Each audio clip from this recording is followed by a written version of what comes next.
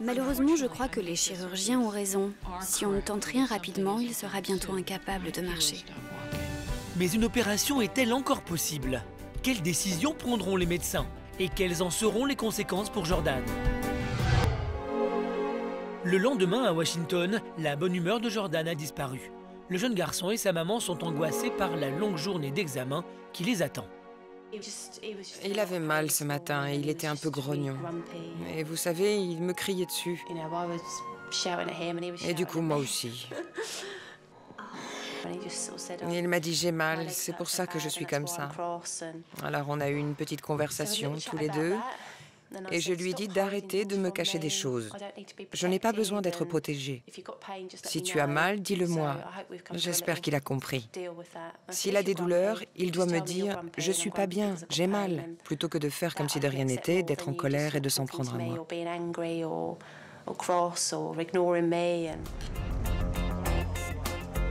C'est ici, dans cet hôpital, que Jordan va rencontrer les plus grands spécialistes de la maladie. Et parmi eux, le docteur Leslie Bisseker, qui est à la tête d'une équipe dédiée entièrement à cette pathologie. Quelles sont les choses qui ont le plus changé depuis qu'on s'est vu la dernière fois? Ses pieds, visiblement. Ouais. Oui, je pense que son pied droit était totalement lisse quand vous l'avez vu la dernière fois. Il y a des fissures maintenant de chaque côté. Et tes doigts? Les doigts ont empiré? Oui, ils sont plus gros, mais ils avaient diminué de taille grâce à la dernière opération. Grâce à l'opération. C'est ce docteur qui avait conseillé la dernière opération de Jordan il y a 4 ans. Ce fut un succès jusqu'à ce que la maladie reprenne le dessus. Il y a des risques en pratiquant une opération et des risques si on ne le fait pas. Nous sommes un peu pris au piège, parce que nous voulons attendre au maximum jusqu'à ce que le patient ait à tout prix besoin de l'opération. Mais si nous attendons trop longtemps, les problèmes vont tellement empirer que la chirurgie ne sera plus efficace. Donc, nous sommes dans une situation vraiment compliquée. Pour Jordan, une longue journée d'examen commence. Radio, scanner, IRM, le garçon s'y prête avec beaucoup de courage. Mais il y a un rendez-vous que le jeune homme redoute, c'est celui avec l'orthopédiste, car c'est son avis qui compte le plus pour décider d'une opération. Reviens vers moi. Ok. Ok, c'est bien. Va par là. Non, laissez faire maman. T'es trop tendu? Il veut que je le fasse. Oui, bien sûr. Désolée, mon cœur. Ta peau te fait mal, là, non? Il est très sensible dès qu'on lui touche les pieds. Mais partout? Oui, partout sur son pied. Laura Tolzi examine Jordan très consciencieusement, car elle sait que son verdict pourra peut-être améliorer la vie de son jeune patient. Ok. T'es un dur à cuire de vouloir continuer à marcher. C'est plutôt impressionnant. Ok.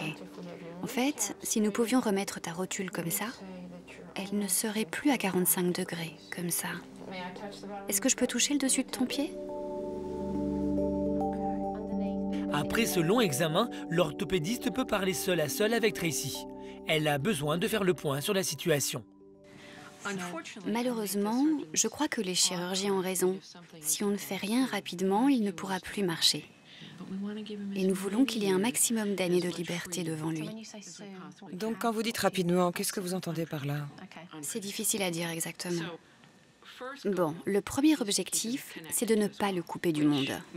Et pour ça, il faut le maintenir debout. Et le second, c'est de lui permettre de continuer à marcher. Mais il est de mon devoir de vous dire que l'on n'est pas certain d'atteindre ce dernier objectif. Pour l'équipe de professionnels, le cas de Jordan est très compliqué et la chirurgie demeure trop risquée. L'orthopédiste propose donc de bloquer ces malformations grâce à des agrafes, une chirurgie correctrice qui permet d'éviter les risques de phlébite. Ce côté-là de l'os grandit correctement, mais celui-là pousse anormalement. Il vient pousser ce côté-ci. Donc on pourrait le bloquer comme ça. Et petit à petit, tout doucement, ce côté reprendrait sa place. On peut espérer le faire revenir dans le droit chemin, presque tout seul. Ce procédé éviterait donc une opération lourde de conséquences pour Jordan. Du coup, le jeune garçon est plutôt rassuré. J'aime bien l'idée de Laura.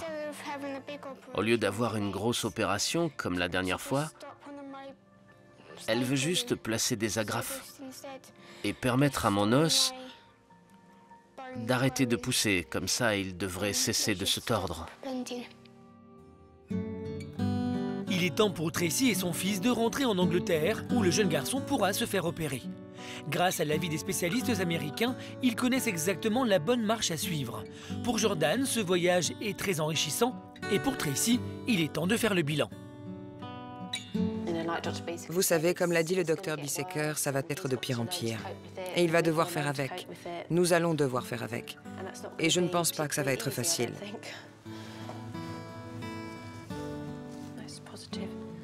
Mais bon, le côté positif, c'est d'avoir pu rencontrer d'autres familles et d'avoir pu parler avec elles. Après quelques jours d'absence, Jordan retrouve son père et son frère près de Brighton. Désormais, il attend avec impatience l'intervention conseillée par l'orthopédiste américaine, programmée dans 1 mois.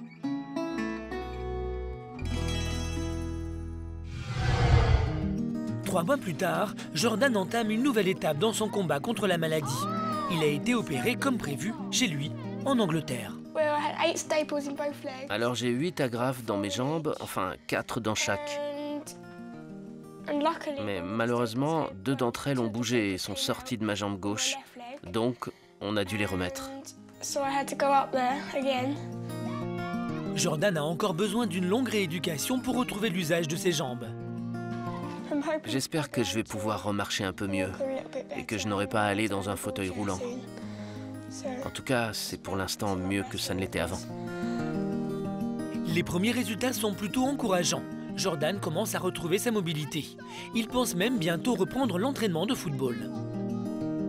Désormais, même si de nombreuses épreuves les attendent encore, les parents de Jordan se sentent mieux préparés.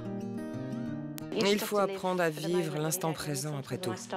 Parfois, quand je pense à l'avenir, je préfère m'arrêter tout de suite parce qu'on peut seulement faire en sorte que Jordan soit heureux au jour le jour. Entouré des siens, Jordan n'a rien perdu de son courage et de son enthousiasme et il garde espoir que les progrès de la recherche sur sa maladie puissent un jour lui offrir un traitement.